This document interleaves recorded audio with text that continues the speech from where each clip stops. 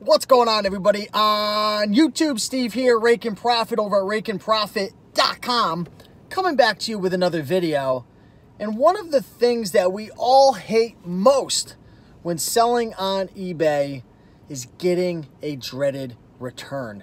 You might have found an item at a thrift store such as Goodwill or Savers, or maybe you even went to a garage sale or a flea market and you picked an item up for maybe a quarter or $1 or $2, and then you put it on eBay, you took your pictures, you listed your item up, and it sold for 80 bucks. And you're thinking to yourself, cha-ching, I'm going to take my boyfriend or my girlfriend out on an amazing dinner, or I'm going to put my money in the bank, or you know what, I'm going to reinvest it back in my eBay business to continue growing it. But guess what?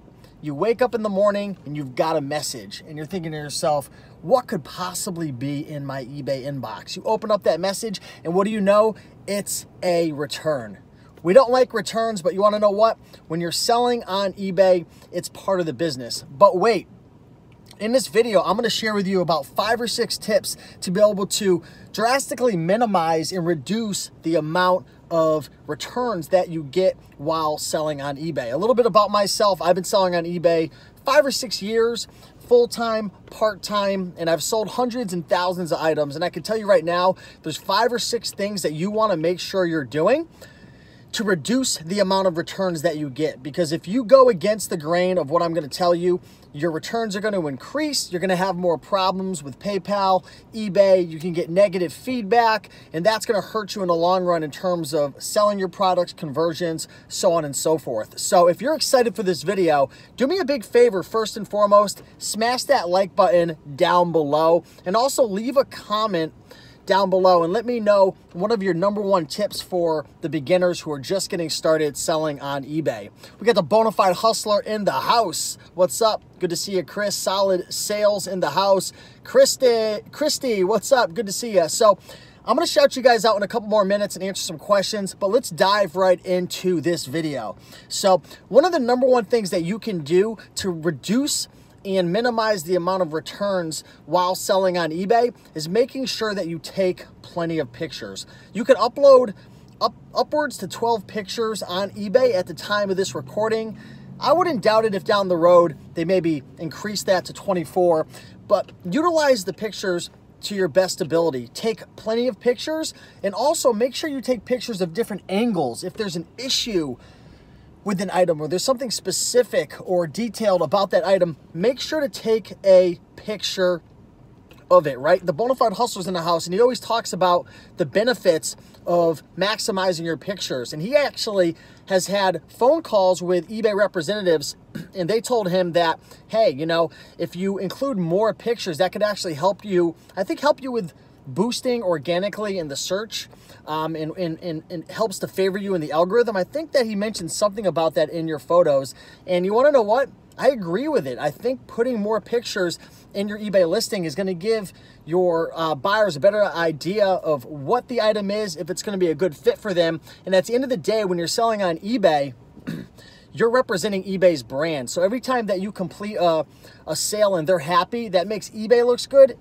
That makes eBay look good, and they're going to reward you. So take plenty of pictures, especially if there's any issues, if there's any damage, if there's a special embroidery, or there's a mark or a scuff or an issue or an interesting logo or something going on with that item. I don't know what you're selling. Take a picture of it, okay? That's tip #1. That's one of the biggest ones. #2, this is really important for eliminating returns, is there's a little mini description like at the top when you're listing your item on eBay, and when you're actually viewing an item, there's this little box. It's this little description box. It's not the main box.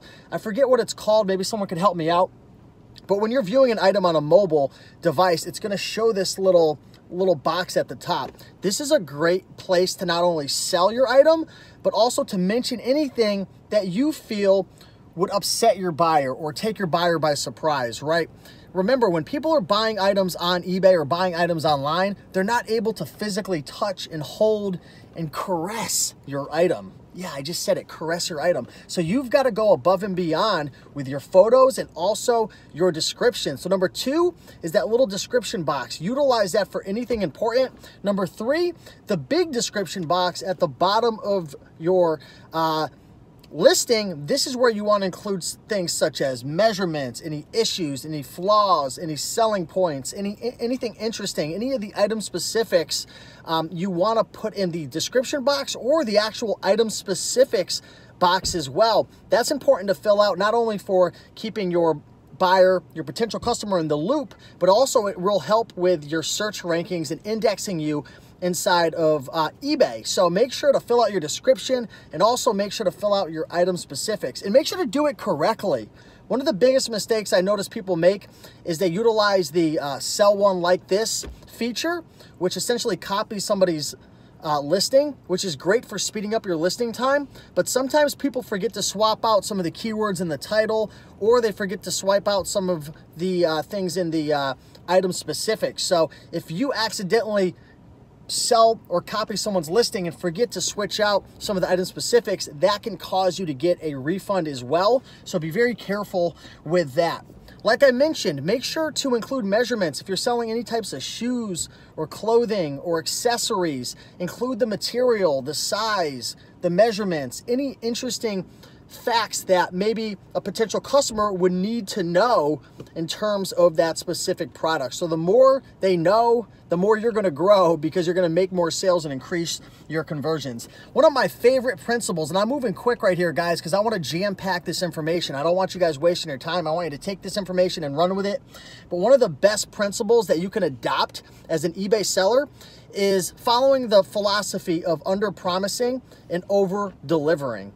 Right? So if your item, I'll give you an example. If your item is in good condition, maybe it has some average wear, maybe there's a little discoloration, maybe it's been through the laundry, it's a clothing item, it's gone through the laundry 10, 20 times. Don't say it's like new, or don't say it's an amazing condition, nothing wrong. You always want to under-promise and over-deliver. If it's in good condition, say it's in good condition. Don't say it's very good and over-promise and then you under-deliver and then they're upset, right? Set a standard. Under-promise and over-deliver. Gently used is a great keyword phrase to use as well. Thanks, Tyler. So that's a great principle to adopt. And I mentioned it before, but I'm going to say it again. Your title. Your title is very important because most people are going to read your title and they're going to see your pictures. Not everybody's going to check your little mini description box. Not everybody's going to check the item specifics. Not everybody's going to check your main description, especially on mobile devices. A lot of that's going to get cut off unless they click a button to show more. So utilize your photos, utilize your title to your best ability. Now, you want to use your title for the most part for keyword ranking, so you don't want to waste a lot of space with, you know, has a flaw or if there's an issue, but you can. If there's something that really needs to be said, you can utilize it, but use it towards the end of your title. So if you follow these principles, okay, if you follow these principles, you under-promise, you over-deliver, you take plenty of pictures, you're honest with your description, you utilize the little mini description so people see it right there, especially on mobile device. If you include all the details, measurements, item specifics, all the things that someone's going to need in order to make a buying decision right then and there, you're going to boost conversions, you're going to eliminate returns or greatly reduce them, and overall you're going to get more feedback, more sales, and your business is going to grow. So hopefully you guys found value in this video. I know I jammed a lot of stuff in those 6 or 7 minutes. I don't even know if I took a breath, but that's the way I do it.